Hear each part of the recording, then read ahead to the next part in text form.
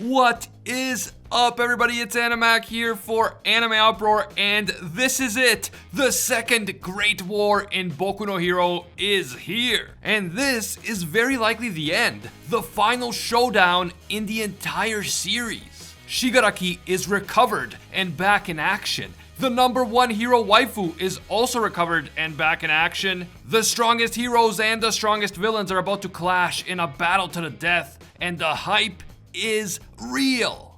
You guys know the drill. Just leave a quick like and comment if you enjoy our videos and you want to help us with that YouTube algorithm. And of course, don't forget to subscribe and hit that notification bell to turn on all notifications. It actually helps me out a lot. You can also hit me up on Twitter and Instagram at AnimeUproar.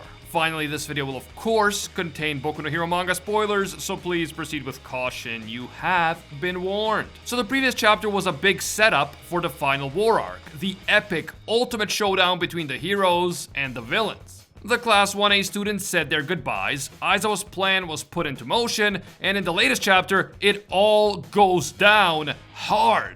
We started off with All For One revealing that back when quirks were still new to the world, he managed to steal a quirk that allowed him to tell whether someone he is speaking to has even the slightest sliver of malicious intent towards him. This quirk works kind of like a lie detector. If anyone is being nice to his face but plotting something against him behind his back, All For One will be able to tell the truth just by talking to the person. You can imagine how useful such a quirk could be to an evil mastermind like All For One. And apparently, the person from whom All For One stole this quirk is an ancestor of Tsukauchi, since it is widely believed that Tsukauchi has a lie detector type quirk. And his sister is revealed to have a quirk called Polygraph in the Vigilantes manga. All For One is making full use of this quirk while he is speaking to Aoyama and his mother over the phone. They are speaking in code, but the plan is to use Aoyama to trick Deku, separate him from the other heroes, and bring him straight to All For One and the villains. Now, All For One seems to be aware that Aoyama and his parents were captured by the heroes and that they were interrogated. However, he believes that they have been set free, presumably because the heroes couldn't really prove anything. And since All For One doesn't sense any ill intention or deception from Aoyama and his mother, he seems confident that they are telling the truth. The next day, we see Deku and Aoyama standing outside a big parking garage in an abandoned section of a city. Deku and Aoyama are going through the motions of pretending that Deku just happened to come here after Aoyama invited him, and then Aoyama proceeds to tell Deku about All For One's true goal. Back when the leaks were coming out to this chapter, some people were saying that they actually thought that Aoyama was betraying Deku, but I think it was pretty clear from the start that that was not going to happen. Anyway, now that society has basically collapsed under the weight of all this unprecedented villain activity, the Japanese yen has tanked and almost every Japanese company is going under. This severe social instability is only encouraging the villains to be even more active, and this has led to a deadly spiral that is spreading all over the world. Aoyama compares the current situation to the Great Depression or to the era of chaos and confusion that followed the first appearance of quirks. And once the situation gets bad enough in all the countries of the world, no one will have the resources or the will to help Japan. They will all be too busy trying to keep their own countries and economies in one piece. Aoyama then tells Deku to imagine what would happen if in such a difficult situation where there may be no drinking water or gas or electricity or other basic needs, a man appears who possesses quirks that can provide drinking water, electricity, gas, and many other things for them. The desperate people would flock to this one man as their savior and hero, and that one man would then be able to shape society and maybe even the entire world in whichever way he pleases. That is what All For One intends to do. He wants to drive Japan to the brink of collapse, and then he plans to use his many quirks to present himself as the savior of Japan who can solve all of the people's problems. The Japanese people would then flock to him, and he would be able to seize complete power in Japan, and maybe even in the entire world. This makes sense, and it is all really interesting because, quirks aside, this is definitely how things have worked in the past in our own world. In times of great crisis and desperation, people often flock to strong leaders who promise to solve their problems. We saw this with many revolutions and power grabs in history, including the prominent examples of like Russia, Germany, and Italy between the two world wars. There are many other examples, of course, leading all the way back to ancient times, but you guys get the point. And even if the leader who is making all of these promises is an authoritarian who wants to take away the people's rights and freedoms, they are still willing to follow him because they are just so desperate. They want to find someone, anyone, who can help them find a solution to their problems. So, All For One appears to be following a playbook that has worked time and time again in our own world. It is literally a plan for world domination, and after explaining all of that to Deku, Aoyama apologizes with tears in his eyes and says that in the end, he really wanted to make sure that his mother and father were safe. In that moment, a levitating All For One appears behind Aoyama, and Deku appears shocked. All For One thanks Aoyama for delivering Deku as promised, and he says that Aoyama's ability to betray his friends has surpassed even his own expectations. And while All For One does say that Aoyama's explanation for his plans wasn't completely accurate, he still applauds him for that little speech. But then, a crying Aoyama makes his move. Calling All For One his dear uncle, which is how he referred to him in code during their secret communications, Aoyama turns around and blasts his naval laser right into All For One. The laser lands a hit, but it doesn't seem to have done much damage to All For One, who calls Aoyama an ungrateful wretch. Now, random thought, but I've never heard anyone under the age of 60 use the word wretch, so I think that the translation here is trying to remind us of just how old All For One really is. He's been alive for many, many generations. Deku then confirms that this was all just an act in order to lure All For One out of hiding, and that Aoyama did a great job playing his part. Meanwhile, Aoyama says his tears were real because he was truly scared throughout the entire thing, and he even managed to pee himself in the process. That is great. Anyway, in order to protect his parents and his friends, Aoyama is willing to push through his fear and fight All For One and the villains. This is definitely a big moment for Aoyama, his redemption moment, and I look forward to seeing what he does in the future. For his part, All For One is both disappointed and confused by all of this. How did both Aoyama and his mom manage to lie to All For One during their phone calls when All For One has a quirk that is supposed to tell him when someone is deceiving him? This is a very interesting question, and I will come back to it later.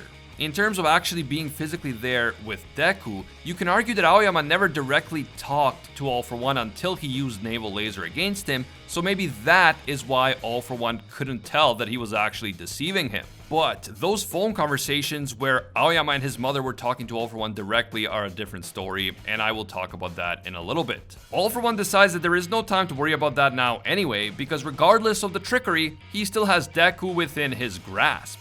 All For One unleashes that warping sludge quirk that Johnny the Nomu had, and suddenly Shigaraki, Dabi, Toga, and a bunch of other villains appear in front of All For One. This actually includes some villains that I don't recall seeing before, so finding out who they are and what their quirks are is going to be interesting.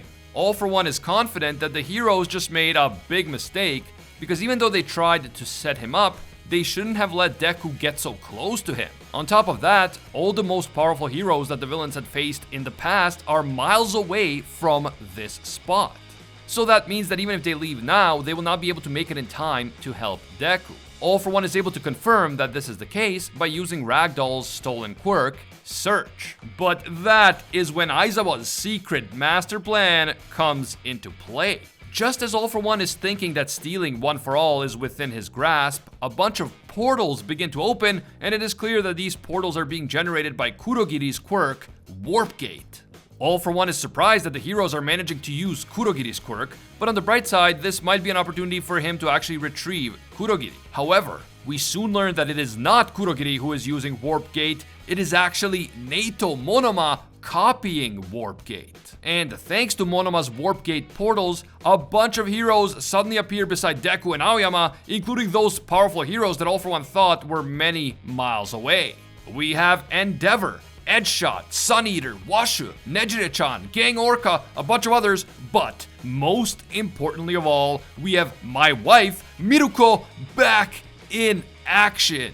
Yes, boys, yes, Best Girl is back, and she looks like she has fully recovered from the injuries that she sustained back in Jakku. And no, Axel, don't you dare make any edits about Miruko not really being Best Girl because it's Toga. I won't do anything, you do great work, but still, don't do it, man.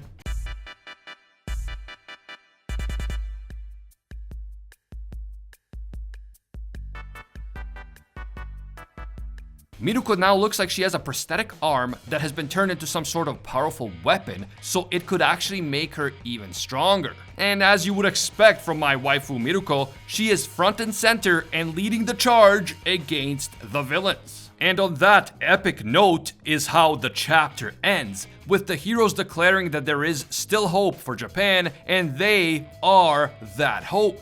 If they can save Japan here and now, then they can also save the rest of the world from All for One's evil plans. The final battle, the final war between the heroes and villains is already freaking here.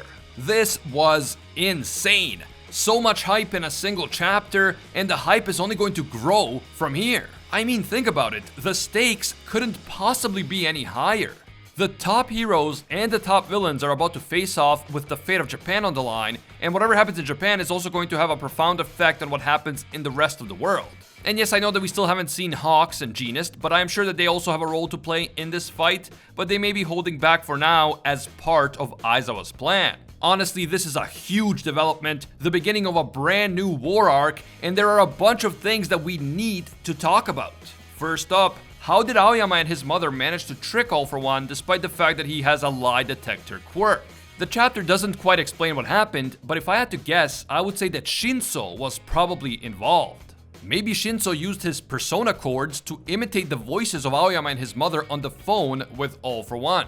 So when we saw Aoyama and his mom talking to All for One, they were actually telling Shinso what to say, and then Shinso was saying it back to All for One in their voices. And if Shinso doesn't really understand that coded language that All for One and the Aoyamas were using, and maybe he doesn't even know who he's talking to, then he wouldn't have any ill intent or deception in his voice because he simply wouldn't know what is being talked about. That is just my own speculation about how this might have been accomplished, because Shinso was clearly shown to be involved in this plan in some way, but we'll have to wait and see. Now we need to talk about Nato, whose quirk Copy allows him to copy and possess up to 4 quirks, but he can only use them for about 10 minutes. After that, he would have to touch the original quirk user again before he can keep using the quirk. We know that Nato can't copy accumulation type quirks, but he was able to copy Warp Gate, and he used it masterfully to bring the heroes onto the battlefield and catch All for One by surprise. But is this Nato's only role in the fight? Or does he have more tricks up his sleeve? What other quirks do you think that he might have copied, and how is he going to potentially use them against the villains? Let me know what you think about that down in the comments below. Finally, we also need to talk about what happens now in the MHA story. We are in a crucial moment for the story, the beginning of a new and quite possibly the final massive war arc. It's hard to imagine where the story could possibly go from here after this arc comes to an end. The stakes are just so high right now. All the strongest villains and heroes are involved, the fate of all of Japan and the entire world is at stake, and this really feels like it's going to be the final arc. I mean, there may still be more battles after this particular battle, but it's hard to imagine that anything could possibly top this high stakes showdown, so it makes sense that Horikoshi called this the final act of the series. So, is this it? Is this the beginning of the end for the entire MHA story? Will there be an arc after this arc, or are we witnessing the final chapters of Boku no Hero? Unless we're gonna meet like alien villains with cool space quirks, it's hard to imagine any scenario that can top the stakes of this arc. Another option might be like a time skip that sees our main characters getting older and a new generation of UA students coming on the scene, such as Koda and Eri, but I don't know. As much as I'd like to think that the story will continue, this really feels like it might be the end. Do you guys agree? Can the story continue in some way after this arc? Will we get a sequel or a spin-off? Don't forget to share your thoughts down in the comments below. If you guys enjoyed this Boku no Hero video and you want to see more in the future, just leave a quick like and comment. It only takes a second, but it really helps with that YouTube algorithm. And if you're new to AnimeUproar, or maybe you've been watching our videos for a while, but you just haven't taken the time to subscribe yet, do me a quick favor and make this the video that you subscribe and hit that notification bell to turn on all notifications. It is a completely free and important way of supporting the channel here on YouTube. I'm not just asking you that to ask you, subscribing really does help. You can also hit me up on Twitter and Instagram at AnimeUproar. I want to give a big thank you to all of our AnimeUproar patrons for making videos like this one possible. Special thank you to Kyle Salisbury. This man is an absolute mad lad and a disciple of Lord Twigo himself. And I can't forget all of our The One tier patrons, the ones who rise above all other clans, including Alpha Sigma, Ingrata, Aljatal, Pate Hefa, the Red-Haired Fox, Hinokami and Water, the Toasted Chi, Corey McGowan, Spidey Leftanel, Tungsten Tarkus, Big Buddhist, and Jeremy Cummings. Finally, thank you also to our Pro Hero tier patrons, including the one and only Gilgamesh, Steelers, Angel Cruz, Alicia Octor, Bonnie Parks, Joanne Garcia, Fatboy Games, Kaido Might Be a Duck, Jessica Rabbit, Jeremy Phillips, and Olivania. If you enjoy our videos and you feel that they provide value for you, consider supporting us on Patreon. Even a single dollar will give you access to our patron exclusive Discord, and your name will appear in our videos, along with these amazing people. As always, thank you guys so much for watching, and until next time, see ya, Space Cowboys.